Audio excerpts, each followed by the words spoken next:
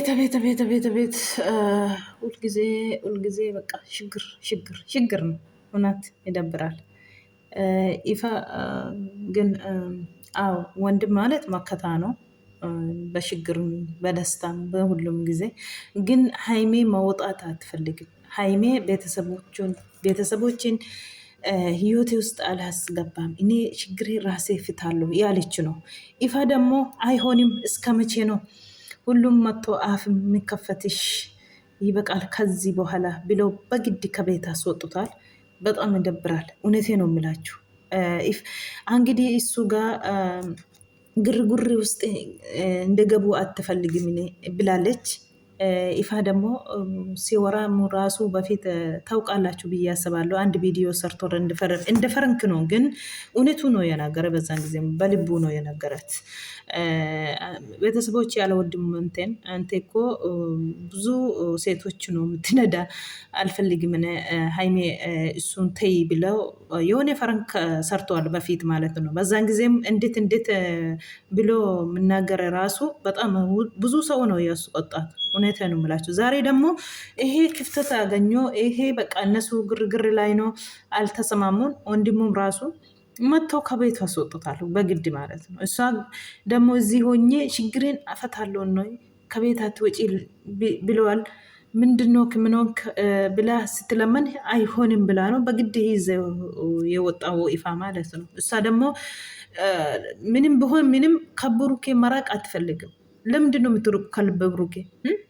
እሱ ጋር ሁለቱ ቁጭ ብሎ ችግራችሁን ፊቱ ብለ ኦዲየንስ ስለምናቸው ሁሉም ሰው ሲቆጣችሁ አይሰሙም። አሁን ትናንትና ሀይሚዬ አንቺ ነው ትንሽ ተሳስተሻል። እውነቴ ነው የምልሽ። እንደ ሌላ ሰዎች እንከባከባኛለ እንደ ሌሎቹ ብላለሽ። አንቺና እነሱ አንድ አይደለም። እነሱ ጋርም አትወዳደር ራስሽ። አንቺ እነሱ ጋር አትወዳደርም። አንቺም ታውቃለሽ ብሩኬ ከማንም በላይ ነው ማየሽ፣ ከማንም በላይ ነው መንከባከብሽ እስካሁኑ ማለት ነው። አንቺ ታውቃለሽ። አሰላሙ አለይኩም ወረህመቱላሂ ወበረካቱ። አሸማህር ከፉነ እንዴት ናቸው? ሰላም ናቸው አላችሁ? ተናድቼ ወደ ወሬ ገባውኝ። በቃ እንግዲህ ሄድኩኝ akkuma argitan egaa ifaanii haimee buraan mana hin jiru, mana galee haimeetiin giddiitiin mana fuudhee baheera.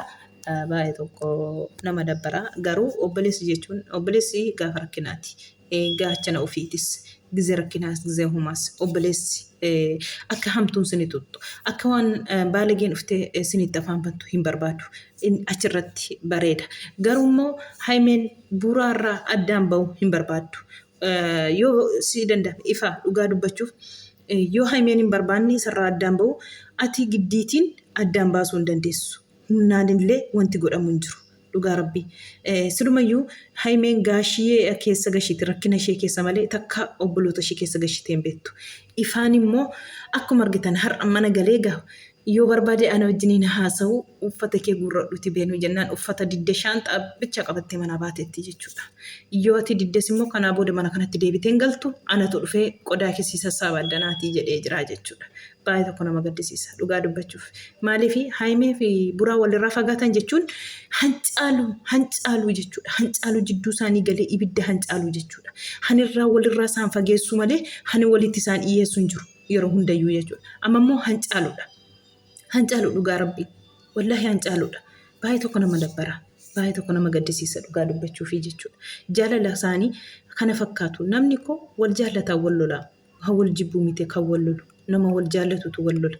Garuu immoo kana keessa gugattee keessa galtee ifaa yoo ta'e jara lamaan eddeetti duttee isa kanatti illee gorsitee isa kanallee gorsitee waan akkasiiti. Egaa akkuma argitanii baay'ee tokko nama dabbaraa jechuudha. Dhugaa dubbachuufi ifaa yoo si danda'ame dhugaa rabbii jidduu galtee waan hin taaneen dubbattee hamaallee hin baasin. Yoomiyyuu haimee burukeen nama addaan hin baanedha. Jechi isaa dhuguma miidhama ishee irratti rakkina ishee irratti bira dhaabbachuun keessirriidha. Eenyumtuu hin jaallatu. Garuu immoo deebitee mana kana keessatti hin argamtu. Deebitee akkas hin taatu jettee jara addaan baasuuf hin deemin. Dhugaa rabbii. Jara addaan ba'an jechuun dhugaa rabbiin ulfaata. Jireenya ma jaraattuu jechuudha. Dhugaa maaliif namni jidduu isaanii galee takkaa jennaan Haayimeef Burukeen garaa gara teenyaan fagaatanii walirraati. Yoo wal bira jiraatanii wal caqacaqan illee manuma tokko keessa wayya. Dhugaa rabbii walirraa fagaatan jechuun.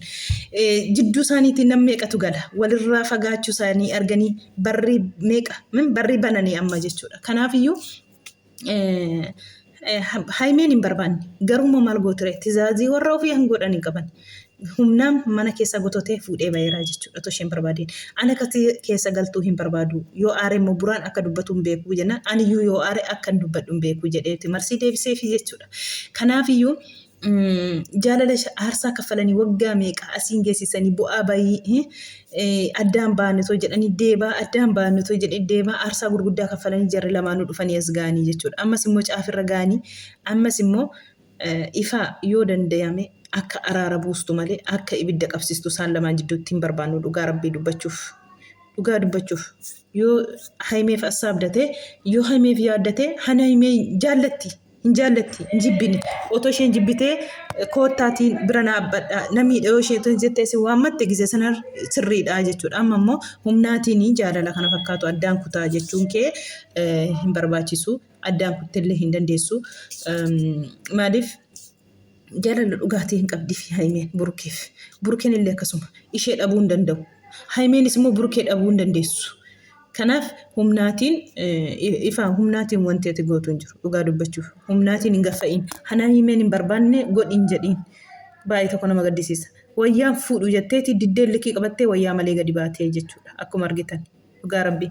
Kanan dura argitaniitu viidiyoo tokko irrattuu ifaan yeroo hunda kana Burukee qeeqaa jechuudha.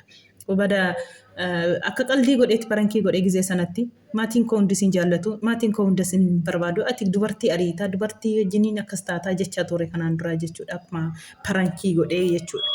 Kanaafuu kabbaadeedha dhugaa dubbachuu fi waan inni keessa isaan dabarsaa jiran ulfaataadha. Kanaaf yoo ta'u nagaa buustan bareedaadha. Nagaan caalu hin jiru. Nagaan nagaa bareedaadha. Garuu baay'ee tokko nama gaddisiisa. Akka kana mana keessa giddiitiin fuudhee baheera jiraagaa. Abbaan argee dhufee afaan sitti banaa abbaan argee dhufee camallaqama. Amma yoomitti hin ga'u kana booda hin ga'a kan inni jedhee jechuudha. Asirratti haa dhaabbatu kana booda hin ga'a kana booda mana kanattis hin deebitu kan inni jedhee jechuudha. Nama gaddisiisa dhugaa dubbachuu baay'ee tokko nama gaddisiisa. Maaliif otoo isheen barbaaddu otoo isheen jaallattu humnaatiin manaa baasee jechuudha. Silumayyuu gaashiyeetu walitti oofa malee akkuma duraan jalqabde gaashiyee yoo ta'e malee warri waxxaatii kuni ganfal jedhu wanta ta'eefi bareedaa miti jechuudha. Warra waxxaatii kana keessa galuun keessan galiin ani beeta sabkoo keessa gashuu hin barbaadu keessan galiin jettee kadhatteetti jechuudha. Haayimeen illee ani yoo ta'e gaashiirra kan hafe obboloota koo keessa gasheen beeku bakka rakkina kootti keessan galiin ani rakkina koofuma koo fitadha jettee jirti. Inta'u ani obboleessa kee miti beenu siin jedhe beenu jedhee jira. Inni ulfaata dhugaa rabbii nama dabbara akkatti keessa jiramu hin beeku. Viidiyoon kun wayiin kaleessa ta'a. Ani waraabameeru har'a gadhiisan malee. Kaleessa waraaban fakkaata har'a gadhiisan malee. Dhugaa rabbii nama dabbara. Akkatti jarri jiranii ulfaataadha gaa hundumaafiyyuu. Egaa maal goonaa miti nuti hangoon hin qabnu. Dhuguma walirraa akkasitti fagaatanii teenyaan qilleensa kan caalutu dhufa malee kan qannasu hin jiru jechuudha. Itti dabalamaa deema malee irraa qannasamaan deemu jechuudha. Dhugaa dubbachuuf wallaahi.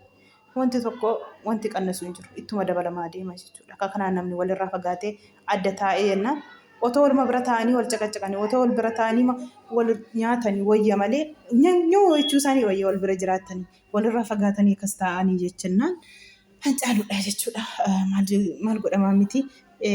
Egaa Burukeen barbaachoo dhaqee inni argitu jedhee yaada. Yoo kaameraa jarbaa ta'e malee kaameraa irratti yoo ta'e dhugaa rabbii nama gaddisiisa. Ifaan nama gaddi jedhu miti. Ifaan nama qalbiisi miti. Dhugaa rabbii waa dubbatu akka dubbatu hin beeku yoo haasa'u jechuudha.